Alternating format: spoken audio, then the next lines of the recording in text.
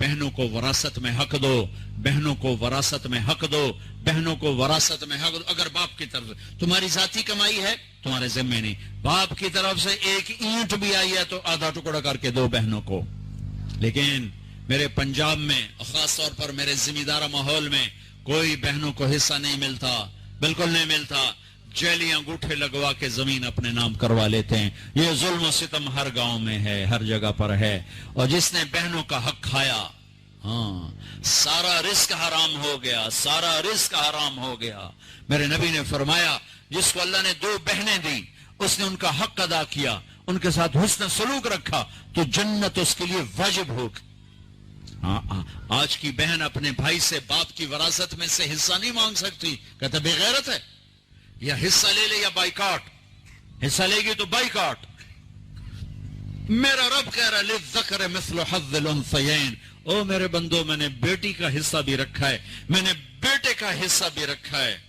مجھے پتہ نہیں تمہارا ماحول کیا ہے، لیکن میرے ذمہ دارہ ماحول میں کوئی بیٹی بھائیوں سے، کوئی بہن بھائیوں سے زمین نہیں مانگ سکتی، اسے ذلیل کر کے تباہ کر دیں گے، ذلت کی آخری سیڑھی تک اسے چڑھائیں گے۔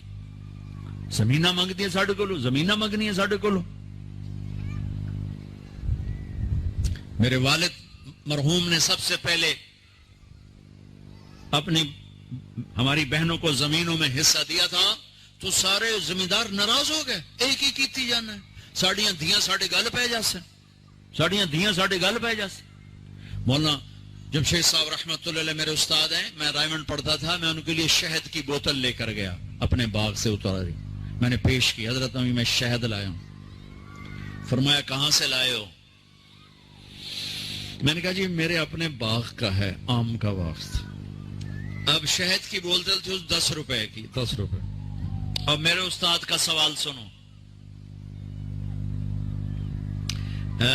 تیرے باپ نے اپنی بہنوں کو زمینوں میں سے حصہ دیا تھا؟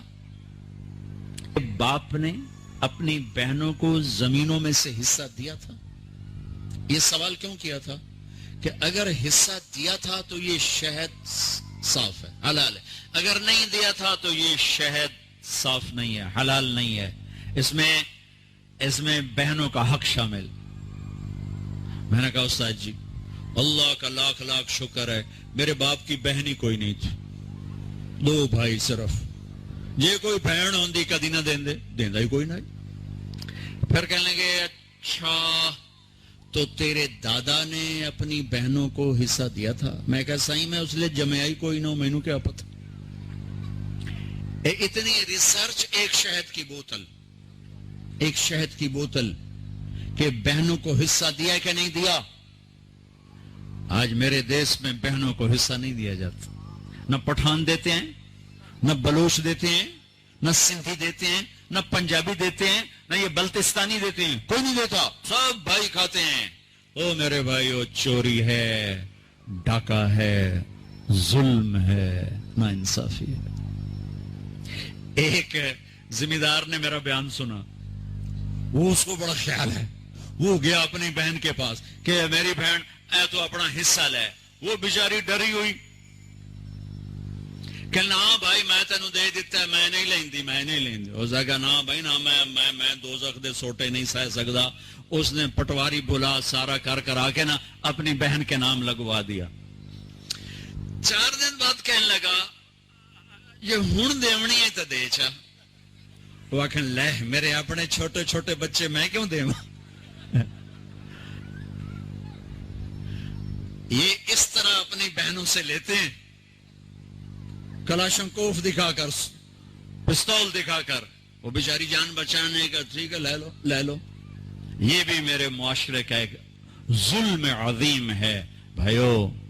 وہ پیچھے تک لوگ بیٹھے ہیں، ادھر مستورات ہیں، عرض کرتا ہوں اگر آپ صاحب ثروت ہیں، باپ کی وراثت میں کچھ ہے، اپنی بہنوں کو حساب کر کے دو، ورنہ سب حرام کھا رہے ہو۔ دودھ میں پیشاب کا ایک قطرہ سارے دودھ کو حرام کر دیتے۔ چلو نہ پاکو، میں گھر سے باہر نکلا، ہمارا نوکر دودھ اٹھا کے لایا، اڈا وڈا گڑوا ہوندا ہے ماشاءاللہ۔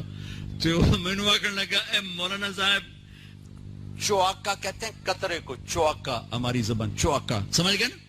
چواکا کیا؟ قطرہ، کہنے لگا اڈا وڈا مولانا صاحب ایویں ایک چوکا پیشاب دا وچ ڈٹھا ہے کوئی گل تا نہیں ہے. میں کہ پتر مجھنوں پیواؤن صاحب اپنے پیمن دا کوئی نہیں, ایویں ایک چوکا ڈٹھا ہے کوئی حرج تا کوئی نہیں. وہ دودھ نکالتے ہوئے کوئی اس کا پیشاب وہ دم ہلاتی ہے نا تو پیشاب کا کوئی قطرہ وہاں چلا گیا. تو ایسے بہنوں کو حصہ نہ دینا, یہ دودھ میں چوکا ہے, دودھ میں قطرہ ہے حرام کا. اپنی بہنوں کو حصہ دو, اللہ تمہارے بھاگ جگائے گا, تمہاری نسلوں کو آباد کرے گا.